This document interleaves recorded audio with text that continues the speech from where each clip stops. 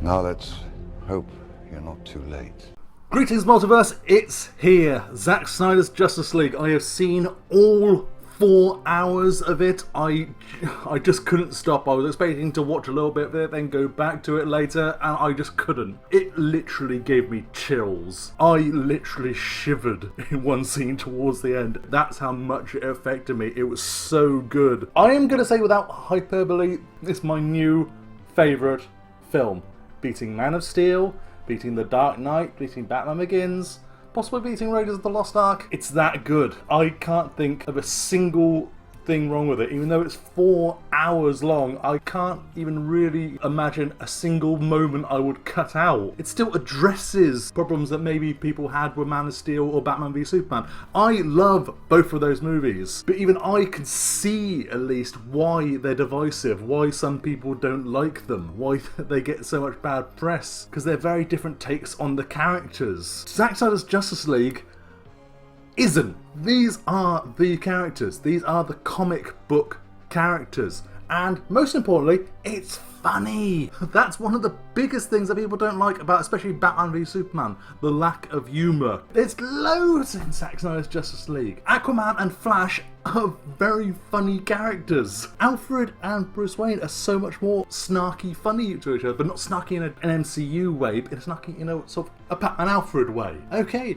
Let's really dig into it. So now I've said that, spoilers from this point onwards. It's so good. There's so many really great moments. Steppenwolf was almost a joke in the theatrical version. It's very obvious that you shouldn't be the main villain of the piece. For starters, in this one, he's not. He's doing all for Darkseid. He's subservient to Desaad. It's amazing how much Desaad is in this movie. Desaad's great. I am really shocked of how great Desaad is. Steppenwolf, he is terrifying. He's brutal. You can't see how you would defeat him. And yet, there are moments when you're sympathetic with him. When he's being talked down to by Desaad and Darkseid, you kind of feel for the guy. Like the anti-life equation. All this movie, in a way, revolves around the anti-life equation and Darkseid's invasion. But all the characters in general are so much better served by this movie. We'll start with the obvious one, Cyborg. He's right back in this one. He's a major part of this film and the storyline and saving the day. You get to see a lot more of his family. You get to see the accident that made him. It's all very in keeping with all the other appearances of Cyborg. Like Silas Stone did not show up to his football game, his mother did. And also answers one lingering plot hole I've had since Batman v Superman. How was the mother box already activated when Cyborg had his accident and they used it to turn him into Cyborg? This explains it, and it also ties into the plot. It ties into how they get Superman back. It ties into how they save the day in the end. Cyborg is totally the key to saving the day, including how they made him in the first place. It is all great.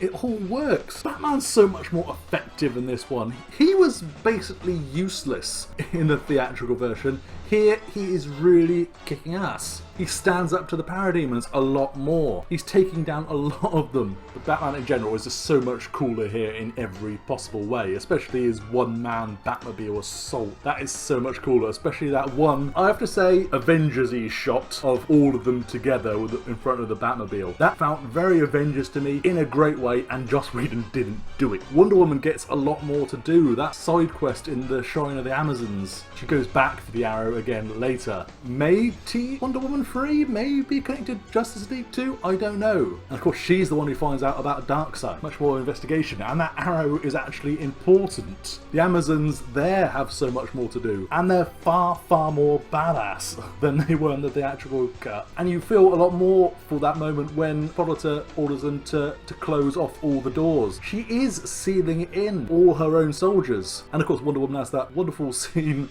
with the reactionary terrorists. I can't believe that guy getting interrogated is still in this. But the fight scene afterwards is so much better, and then she stops to sort of comfort the people afterwards. Especially that one girl who's still scared and refuses to get out. Flash is much more experienced. He's still fundamentally the same. He's still the same funny guy who's just learning and getting sort of involved over his head.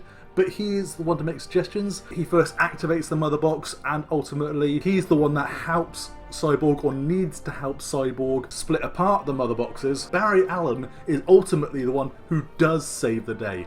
They lost. The Justice League, with Superman, lost against Darkseid. And it's only thanks to Barry Allen messing with time that they won. See, everyone gets so much more cooler moments. Aquaman just gets so much more to do. He's so much more an effective badass fighter. He has more powers in a way.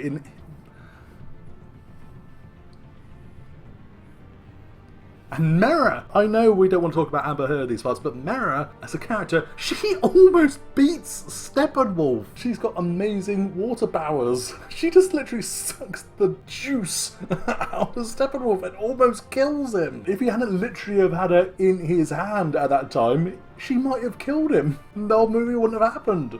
I love that. And yes, she's in the nightmare sequence at the end with the Trident of Atlan, which appears several times. There's a lot of foreshadowing for both Aquaman, Wonder Woman 3, and The Flash.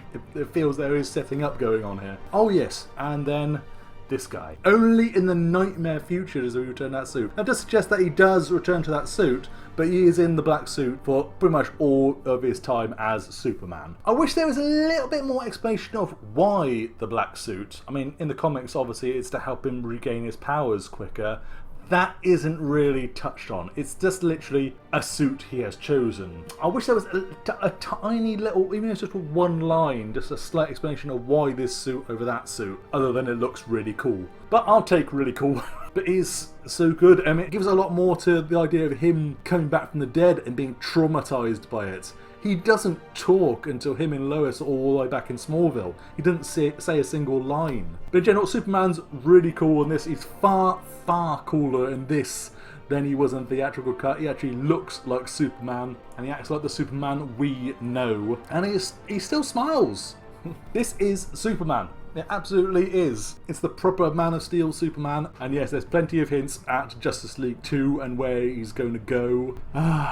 Which hopefully we'll get. I feel that they're setting up just one more movie with this. But this sounds like if they are going to do a Justice League 2, it will just be a full invasion by Darkseid, and he's going to take the Anti-Life Equation by force. But how that is going to lead to the nightmare future, amazing.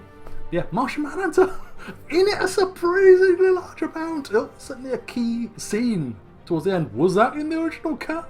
I somehow don't think so, but he's in it quite a lot. Yeah, General Swanwick fully reveals himself, fully outs himself as John Jones, and goes to Batman in full costume. Oh, one slight disappointment is that Green Lantern isn't in this. Certainly not the human Green Lantern. There are alien Green Lanterns, but not necessarily any hints of the human one. Presumably that was going to come in the next one, but who knows. It can still set up Green Lantern Corps. It's still essentially the same as what's in the theatrical cut, but in general, everything in it is just so much cooler and so much more expanded, and nothing comes quite as easily as it does in the theatrical cut. Even Steppenwolf just magically knows where all the mother boxes are. Here he actually investigates. The only one he knows about is the Amazon one. He knows the Atlanteans and the Tribes of Men have it, but he doesn't know where they are. He actually starts kidnapping Atlanteans as well, not just the humans. The human one's more complicated because Cyborg has it for the most part, and he keeps on moving it. So I could go on about this movie for as long as it's running time or more. I could analyse every single scene in it, and it would come away exactly the same. I loved every moment of it. It's just the sheer amount of call-outs to other heroes outside the Justice League that really staggers me. It's not just Green Lantern, Martian Manhunter. Rowan Troy the Atom is a major part of the movie and takes over from Silas Stone towards the end, researching nanotechnology, surprise. Harley Quinn is mentioned. Joker's in it, in a really major scene with Batman right at the end. Deathstroke, of course. Lex Luthor. The multiverse is mentioned. That blew me away. I can't believe they actually mentioned the multiverse. Oh, wow. I'm going to watch it again as soon as humanly possible. It expands on everything and is never indulgent. Never really. It just really expands the storyline and makes things make much more sense, and everything works and everything's so much more cooler. Given more gravitas, given more drama. It's never boring. That's the important thing. It's 4 hours long, and not once was I bored. Not once. It's not only a whole new movie, it is a 4 hour long epic, something important is on screen, something is going on which is relevant to the ongoing story or the characters. So it's not 4 hours for the sake of being 4 hours, it's 4 hours because it works so much better that way. I have no idea what I would cut out if I was an executive or an editor going to look to cut this down to even 3 hours. I almost sympathise with what they did with the theatrical cut, because how would you cut down it? But then they added so much stupid, useless stuff. Everything in here is so much more the cooler version of it. I don't understand what they were doing. And it's not to make it less dark. It's not to make it less like Batman v Superman. There are scenes where Wonder Woman talks to kids and gives them reassurance. There's a scene where Barry Allen pets puppies. Oh yeah, that scene where he rescues Iris West is phenomenal. I didn't expect there to be a song there and to be it so meaningful. And they cut that out. But at the same time, if you're looking to make this movie more palatable to a wider audience, why cut the scenes which are actually hopeful or funny and replace them with what we got in the theatrical cut? It makes no sense to me. That stuff was already there. I'm going to be reading reviews of Zack Snyder's Justice League after I finish this reaction, and any negative criticism will just baffle me. I can't think of a single thing wrong with it. Yes, Diana cut Steppenwolf's head off, but after everything he's done, I feel she's kind of earned that, and she is a warrior. She's not going to get cut up about finishing off an opponent, especially someone who needs really finishing off. It's perfection. I'm going to watch it so many times, and I cannot see the flaws in it, really. I really can't. Other than perhaps being too many characters who were given too many storylines. That's what these movies should be. It's possibly the only Justice League movie we're ever going to get. We want all the storylines. We want all their character arcs. We want them to move on towards their next movies. And this does. This pushes all of them forward. I loved it.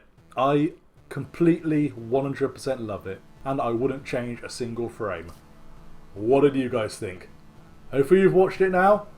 Leave a comment below with what you felt about Zack Snyder's Justice, and I'll be sure to check it out. And of course, like and subscribe to DC Comics Gamer if you haven't already for everything on the worlds of DC. We're not finished with this movie, even though it's out there. Thanks for watching, everyone. For now, Multiverse out.